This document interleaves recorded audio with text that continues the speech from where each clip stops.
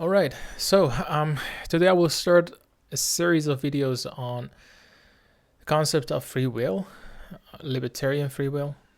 And today I'm going to start with a major objection to free will, and that's determinism.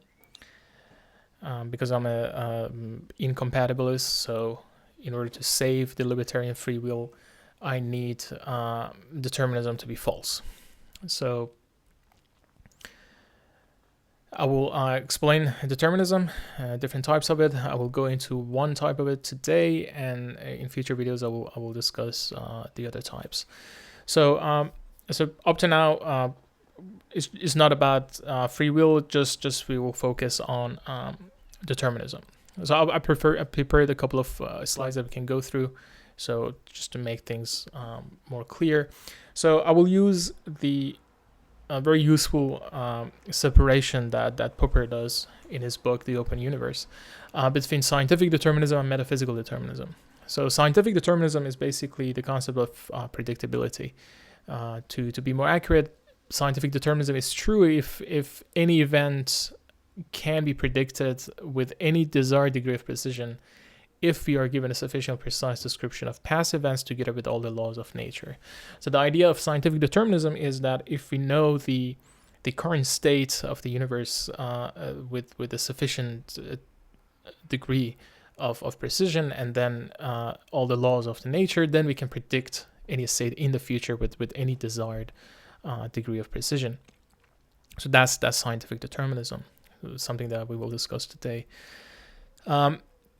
And then there is this other type of determinism that we can define that's different from predictability, which we would call metaphysical determinism, that just basically says that all the events in this world are fixed. So this is regardless of whether we can predict them or not.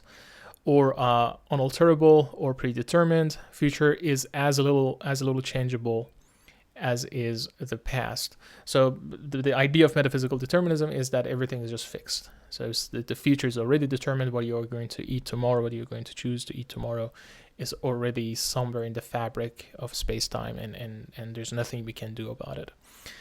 As I said, so if we want to save free will, then we need to show that determinism does not hold. At least refute the arguments for determinism. So today I will go into scientific determinism. So say we're trying to see if we can find any good evidence for scientific determinism or actually refute it. So we will actually provide a counterexample because scientific determinism says that for any event we can predict it. So if we can only find one example that we cannot predict it, then scientific determinism is refuted. All right, so imagine that we have this kind of prediction task. So I'm just providing the context before I go to the counterexample. Let's say that you have this ability to predict. You have a machine or whatever you have. It's extremely powerful. You can get all the information.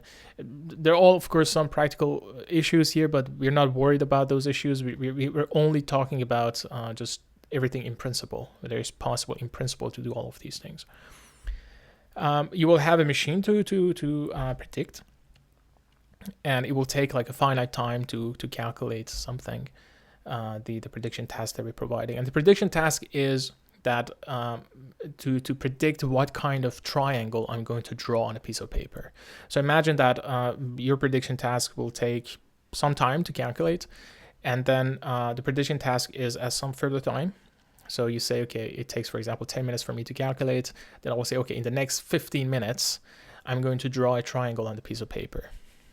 You predict what kind of triangle I will draw on the piece of paper. So that's the context, that the prediction task.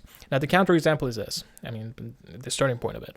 So given all the laws of nature, a desired degree of precision, for example, it can be the degrees of 3 angles of the triangle within a degree of 1 degree, more or less, and a sufficiently precise description of past events, then you can have everything that you want from my brain, from my past history, whatever you want from the universe.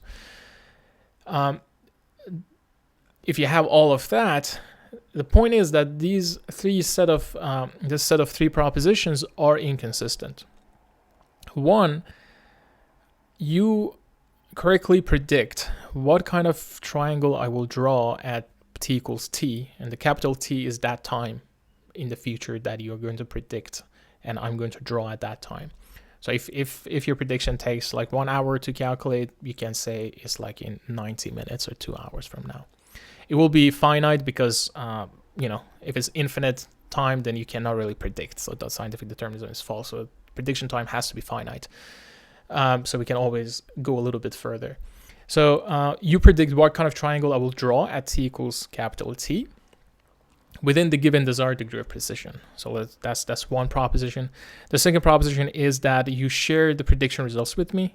So you have a computer, it predicts something, it prints out the results of a prediction. It will say, okay, he will draw a triangle with these 3 angles. So one of them is like 40, the other one is 30, and then the other one is 110, just to make the triangle. That's 2. And 3 is that at t equals t, that's the moment that we're trying to predict, I draw a triangle different from the prediction results. So you produce something, so your computer prints out something like degrees or maybe just a shape, and then I look at it and I draw something different. Different in a sense that it's outside the desired degree of precision. So if you want to be in a certain range, 30, 40, 110, plus minus 1 degree, I can just remove 10 from each one of them, add 20 to the other one, draw a triangle that's outside that desired degree of precision. So it will be different from what you predicted that I will draw. And the point is that these 3 are not consistent in a sense that they cannot be true all at the same time, because if you predicted what I will draw within that given desired degree of precision, then I cannot draw something different from that. So it's not possible for all 3 of these to be true at the same time, which means that at least one of them is false. If the first one is false, so if this is false, that you predict what I will draw within a given desired degree of precision, that's the triangle that I will draw. If that is false, then it follows that there exists a possible world in which there exists an event that cannot be predicted with any desired degree of precision. And that means the scientific determinism is false. So if you say, okay, yeah, the first one is false, then we're basically giving in and we're just saying, okay, we cannot predict what you are going to draw. And if that's true, then scientific determinism is false, because scientific determinism claims that for any event, we can do this. For any event, if we just know enough about the current state, we can predict. But now we're showing that even if we know everything that we need to know, still it's not possible to predict if the first one is false. So this it follows from that if scientific determinism is true, so if you want to keep the first one as true, then it's metaphysically impossible that the second 2 are correct, right? So what are the second one and the third proposition? The combination has to be false because the set is impossible. So if scientific determinism is true, then it's metaphysically impossible that you share the prediction results with me and I draw a triangle different from the prediction results, correct? So if that set is inconsistent, then if scientific determinism is true, then this proposition of that you share the prediction results with me and I draw a triangle different from the prediction results has to be metaphysically impossible. Otherwise, the scientific determinism will be false. Now this means we can break that proposition down into these 2 propositions. It means that if scientific determinism is true, then one of the following propositions is true. 1, it is metaphysically impossible for you to share the predicted results with me. Or 2, it is metaphysically impossible for me to draw a triangle different from the results that you shared with me, right? So if it's impossible that you share it and I draw a different one, then it's either impossible that you can share it with me, or it's impossible that you share it with me, but I cannot draw a different one from the one that you shared. Now let's think about them for a minute. What does that mean? So you are in this room, you are predicting what I will draw, and your computer shows something, it prints out some results. it is metaphysically impossible for you, if scientific determinism is true, for you to share that results with me, to bring that piece of paper with yourself and show it to me that, hey, this is the result. Which is absurd. Like, why? Why is that? Like, how is that possible? How is it that you cannot share that piece of information with me? Note that at this point, we have nothing to do with determinism. We have nothing to do with the prediction that we're doing. All we are basically working with here is just a piece of information that you gained from that monitor, from that printer, whatever you have. And if scientific determinism is true, then one of these two has to be true. And one of them is this: it's metaphysically impossible for you to share that results with me. And that's strange. Like, we have never experienced such a thing. Notice that it's not about, like, maybe someone kills you before you can share it with me. It's not about whether you can always do that. Is it impossible? Is it metaphysically impossible for you to share that results with me? I don't think so. Like, I can come to you, or basically you can come to me, and then you show me a triangle, and you tell me that, hey, like, this is a triangle that my nephew drew. Look at it. And I'm like, okay, I can see that.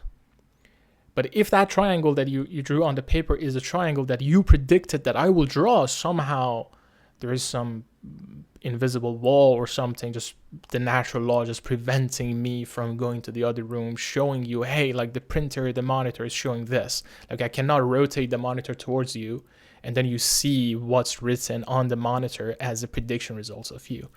That's ridiculous, right? So the first one is definitely not metaphysically impossible for that to happen.